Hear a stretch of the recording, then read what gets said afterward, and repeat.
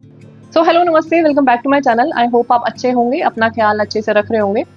तो मैं आप लोगों को ना हमेशा एक बात बोलती हूँ कि अगर आपका जो पार्टनर है ना, उसको आपसे कोई कंसर्न नहीं है, आपको ऐसा लगता है कि अब कोई मतलब नहीं है, और या फिर अगर कोई थर्ड पार्टी बीच में आ गई है तो आपको छोड़ के चला गया है, तो मैं आपको हमेशा ये सजेस्ट करती हूँ कि आप ऐसे पार्टनर को ना भूल जाओ और इस रिश्ते से ना अपने आप को बाहर निकालो।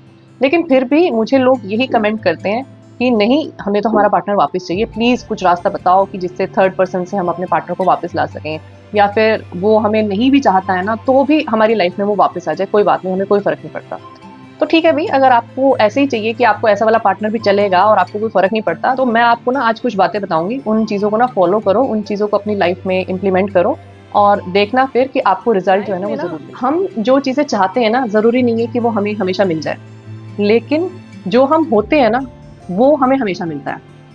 कन्फ्यूज़्ड? चलिए ठीक है, मैं इस लाइन को थोड़ा-सा एक्सप्लेन करती हूँ। एग्ज़ाम्पल के तौर पे ना मान के चलते हैं कि 2 इंसान हैं और दोनों की जो ख्वाहिशें हैं ना लाइफ़ को लेके वो सेम हैं।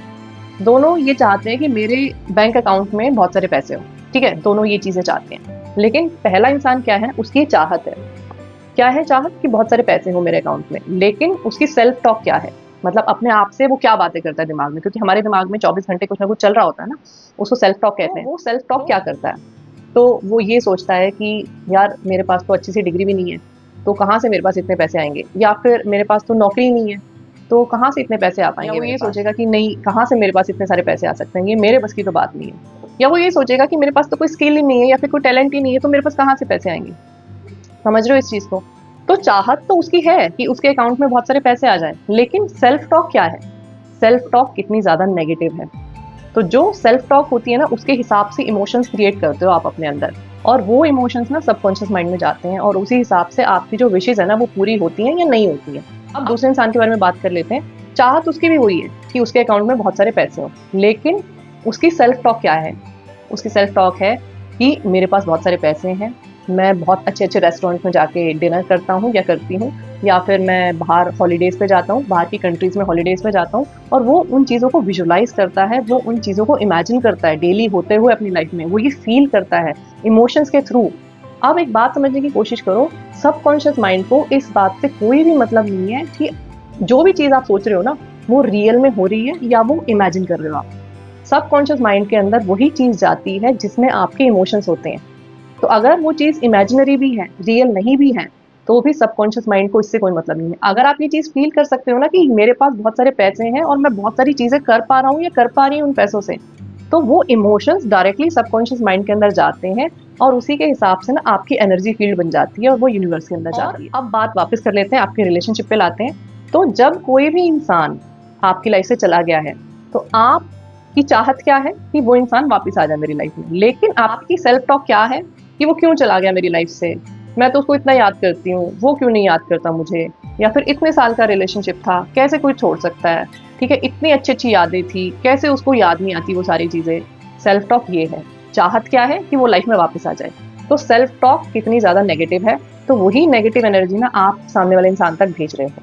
अब अगर आप यही चीज़ को ना अपने मन में रखते हो कि हाँ, आपको वो वापस चाहिए, लेकिन जो आपकी सेल्फ टॉक है ना, उसको चेंज कर लो कि वो तो मेरे पास है, मेरी लाइफ में है, आज सुबह ही तो मैंने उससे बात की थी, या कल ही तो मैं उसके साथ डिनर करने गई थी, या फिर कुछ भी चीज़ें जो भी आपकी मेमोरीज़ थी, उन्हीं को आप रिलीव करो, या फिर नई-नई मेमोरीज़ को क्रिएट करो अपने माइंड में, विजुअलाइज़ करो चीज़ें कि आप उनके साथ में हो और आप कितने खुश हो। तो माइंड को ये लगेगा कि हाँ, वो इंसान ना सचमुच में आपके पास है और आपकी जो एनर्जी है ना, वो कितनी ज़्यादा पॉज़िटिव होगी, और फिर वही पॉज़िटिव एनर्जी उन तक पहुँचेगी और कहीं न कहीं वो एनर्जी ना उनको आपके पास खींच के ज़रूर लेके आएगी वापस। इस यूनिवर्स में ना इस एनर्जी से बड़ी और कोई चीज़ नहीं है। हम सब लोग एक एनर्जी रेडिएट करते हैं, चाहे पॉज़िटिव करें, चाहे नेगेटिव करें, और उसी हिसाब से ना वो एनर्जी सामने वाले इंसान के अंदर जाती है और वो उसी तरीके से हमसे बिहेव करता है। तो जिस एनर्जी में रह के सामने वाले इंसान को याद करोगे ना, उसी एनर्जी के हिसाब से आपको रिज़ल्ट मिलेंगे। जब भी ये सोचोगे ना कि वो इंसान मेरी लाइफ़ से चला गया, वो मेरे पास क्यों नहीं आ रहा, वो मेरे पास कभी नहीं आएगा, तो वो कभी भी आपके पास नहीं आएगा। नेगेटिव एनर्जी हमेशा नेगेटिव चीज़ों को अट्रैक्ट करती है, पॉज़िटिव एनर्जी हमेशा पॉज़िटिव चीज़ों को अट्रैक्ट करेगी आपकी लाइफ़ में। तो एक बार ना थोड़ी-सी मेहनत करके देखो। इतना आसान नहीं है ये करना, क्योंकि आपको ऐसी चीज़ें विजुअलाइज़ करनी है जो आपके साथ हो ही नहीं रही हैं, बिल्कुल उल्टी चीज़ें विजुअलाइज़ करनी है, तो थोड़ी-सी मेहनत लगती है इसमें। लेकिन जो एनर्जी में आप हो, रोने वाली और लैक वाली और कोई चला गया मेरी लाइफ़ में से वो वाली, उस एनर्जी में रह के भी कुछ मिलना नहीं है। ये चीज़ को समझो आप, और एक बार ना ये चीज़ करो, अच्छे से इम्प्लीमेंट करने की कोशिश करो। पूरे दिन में जितना ज़्यादा आप इस एनर्जी में रह पाओगे ना कि वो मेरे पास ही है, वो कहीं नहीं गया है मुझे छोड़ के, तो आप देखना आपकी जो एनर्जी है ना वो कैसे शिफ्ट होती है और कैसे ना आपको रिजल्ट देखने को मिलेंगे उसके बाद। और ये मत करना कि 2-4 दिन करो और फिर इसको छोड़ दो, ठीक है? इसको करते रहो, क्योंकि और एक और चीज़ आपके साथ होगी, जब आप इस एनर्जी में रहोगे ना तो आपको बहुत अच्छा फ़ील होगा, ऑटोमैटिकली आपको अच्छा फ़ील होने लग जाएगा, क्योंकि पॉजिटिविटी आएगी आपके अंदर, ठीक है? जब आप उस नेगेटिव एनर्जी में रहते हो ना, तभी आपको एंग्जायटी हो रही है, तभी आपको डिप्रेशन हो रहा है। जैसे ही आप इस चीज़ में रहोगे, बेशक आप इमेजिन कर रहे हो, बेशक आप विजुअलाइज़ कर रहे हो चीज़ों को, लेकिन जितनी प्रॉब्लम में आप अब हो ना उनको याद करके, वो प्रॉब्लम धीरे-धीरे करके ना खत्म होती चली जाएगी, जब अपना आप एनर्जी को शिफ्ट कर लोगे। तो आज की वीडियो में बस इतना ही। वीडियो अगर आपको अच्छा लगा हो तो लाइक और शेयर ज़रूर करना। चैनल पे पहली बार आए हो तो सब्सक्राइब ज़रूर करना। बेल नोटिफिकेशन का बटन भी ना ज़रूर प्रेस कर देना। और अपनी जो नेगेटिव एनर्जी है ना उसको पॉजिटिव एनर्जी में कन्वर्ट करना शुरू करो। जब तक ये सब नहीं करोगे ना तो लाइफ में कोई चेंज आएगा नहीं। मैं आपसे फिर से मिलूंगी एक नए वीडियो के साथ। तब तक अपना ध्यान रखो। Take care. Bye bye.